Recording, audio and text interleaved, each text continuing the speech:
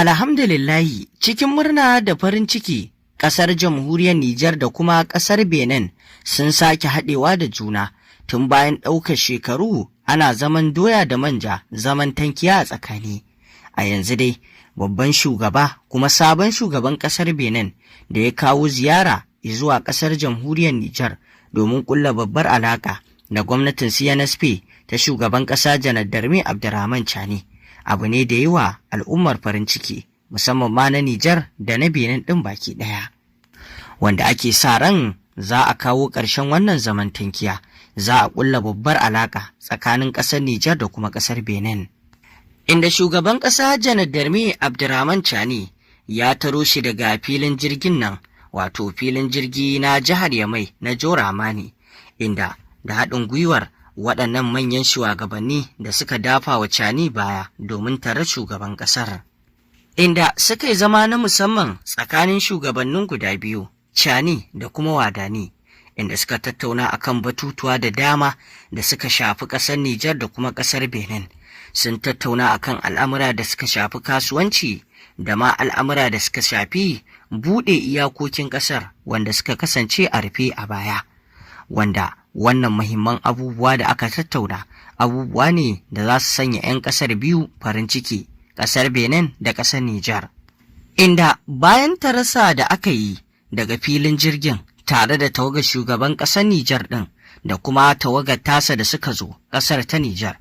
Wadani sabon shugaban ƙasar Benin ɗin ya yi farin ciki da tarbar da ya samu daga wajen shugaban ƙasa Janar Darme Abdurrahman Chani da sauran wato al'ummomi da aka tarfe shi a wannan ƙasa ta Nijar. Sun zauna yayin da suka tattauna akan batutuwa da suka shafi yau da gobe na ƙasar Nijar, kuma sannan sun yi alkawari ga junansu dukkan wasu al'amura da suke na matsaloli tsakanin ƙasar ta Nijar da ƙasar Benin za su magance su, za su kawo ƙarshen su. Kamar yadda kuka sani, akwai batutuwa da dama waɗanda suke na matsatsalo tsakanin ƙasar Nijar da ƙasar Benin. A yanzu ana ƙoƙari za a kau da wannan matsaloli, za a ci gaba da hulɗoɗi da juna wanda zai kawo gobe mai kyau tsakanin ƙasar Nijar da kuma ƙasar Benin, hatta 'yan ƙasa su ma ya zamanto sun samu hulɗoɗi mai kyau a tsakani. Duk da dai dama cewa tun bayan wannan saɓani da aka samu, al'ummar ƙasar Nijar da kuma al'ummar ƙasar Benin ba wai suna rigima da juna ba ne. A'a, iya shugabanci ne ke da wannan al'amari. Kamar yadda ɗazuna ambata muku cewa za a tattauna ne domin kawo ƙarshen takaddama da ke tsakanin ƙasar Benin da ƙasar Nijar, hatta kan batun tsaro da zaman lafiya shi ma za a tattauna shi, kuma za a yi abin da zai samar da zaman lafiya da kuma kwanciyar hankali tsakanin waɗannan ƙasashe. Ba a da magana akan tattaunawa kan kasuwanci da kuma wato hulɗa da juna da ya kamata tsakanin ƙasar ta Nijar da ƙasar Benin.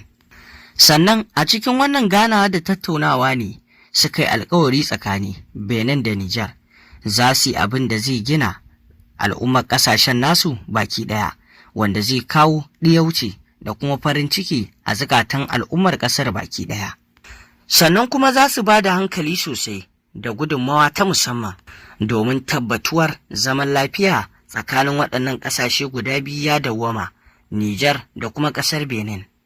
domin taimakawa wajen girka ayyuka na ci gaba, na ci gaban ƙasa,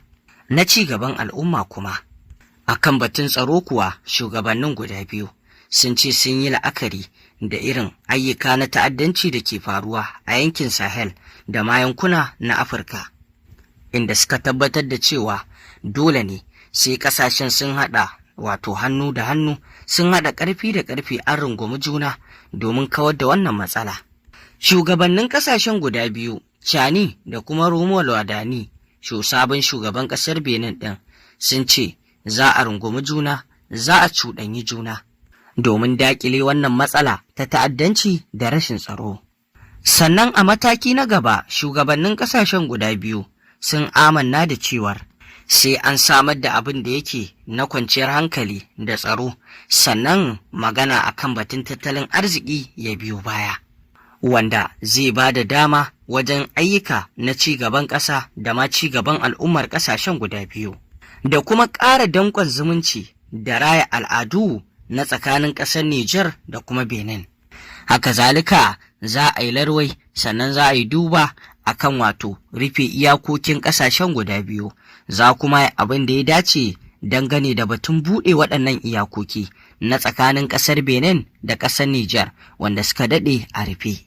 Inda aka ci alwashin kafa wani babban kwamiti wanda zai yi aiki domin duba wannan al'amari. Domin kwamitin ya duba ya ga yadda za a buɗe waɗannan iyakoki na tsakanin ƙasar Nijar da ƙasar Benin domin farin cikin al'ummar ƙasar. Daga nan ne kuma shugaban ƙasar jamhuriyar Nijar Janar Darme Abdurrahman Chani ya yi amfani da wannan dama, inda ya gaisuwa ta musamman da kuma jinjina ga Rumolo Wadani, sabon shugaban ƙasar Benin ɗin, wanda bai yi ƙasa a gwiwa ba daga zaɓarsa bai jima a kan mulki ba, ya zo ƙasar jamhuriyar Nijar domin jaddada alaƙa mai girma mai ƙarfi tsakaninsa da ƙasar jamhuriyar Nijar, wanda wannan zumunci ake fatan ya ɗore. Shi ma daga nasa ɓangaren sabon shugaban ƙasar Benin ɗin Rumolo Wadani ya yi godiya bisa tarfar da ya samu akan wannan zuwa nasa. Ziyarar tasa ta yi farin ciki da aminci, wanda ya nuna godiyarsa ga shugaban ƙasa Janar Darme Abdurrahman Chani da ma sauran tawagogin ƙasar Nijar bisa tarfan da suka masa, inda ya yi farin ciki da wannan faruwa al'amarin, inda ya ce yana miƙa safifiyar godiya da kuma jinjina ga wato ƙasar jamhuriyar Nijar 'yan ƙasa waɗanda suka nuna wannan farin ciki na zuwansa bisa tarfasa da suka yi hannu bibbiyu cikin farin ciki, cikin ɗiyauci da kuma zumunci. A ƙarshe dai sabon shugaban ƙasar Benin ɗin a ƙarshen jawabinsa ya ce yana gayyatar shugaban ƙasar jamhuriyar Nijar zuwa ƙasarsa wato Janar Darme Abdurrahman Chani ya kai masa ziyara a ƙasar Benin, wanda idan haka ta faru to tabbas zai ƙara gina danƙon zumunci da kuma ‘yan uwantaka ga juna tsakanin ƙasar Nijar da kuma ƙasar Benin. Kuma hakan zai faranta ran 'yan ƙasar jamhuriyar Nijar da kuma 'yan ƙasar Benin, kuma hakan zai kauda dukkan wani abu da ke tsakanin ƙasar Nijar da kuma Benin wanda ya faru a baya mara daɗi. Wannan shine ƙarshen tattaunawar da suka yi da juna, kuma an cimma abubuwa masu tarin yawa masu alkhairi. Kuma a ƙarshe dai wato Rumolo Wadani, sabon shugaban ƙasar Benin ɗin, dama ziyara ce ta wuni ɗaya da ya kawo a ƙasar ta Nijar ɗin. Bayan kammala wannan tattaunawa, wato shugaban ƙasa tare da rakiyar wato dukkan wasu tawagogi aka raka sabon shugaban ƙasar Benin ɗin zuwa filin jirgi domin komawa gida. Wannan ita ce ziyarar da sabon shugaban ƙasar Benin ɗin ya yi a jiya Talata, wanda kuma ziyarar ta kawo muhimman abubuwa kamar yadda muka ambata muku. Tankiya da ake yi tsakanin ƙasar Benin da Nijar a yanzu ana sa ran ta zo ƙarshe. A yanzu za a zauna domin wato yin abin da tattalin arzikinsu da kuma 'yan uwantaka da juna zai ci gaba da ɗorewa. Muna fatan wannan ya zamanto ya ɗore tsakanin ƙasar Benin da ƙasar Nijar. To masu saurari, ƙarshen rahoton kenan. Me za ku ce wannan ziyara da Rumolo Wadani sabon shugaban ƙasar Benin ya kawo domin ƙulla babbar alaƙa tsakanin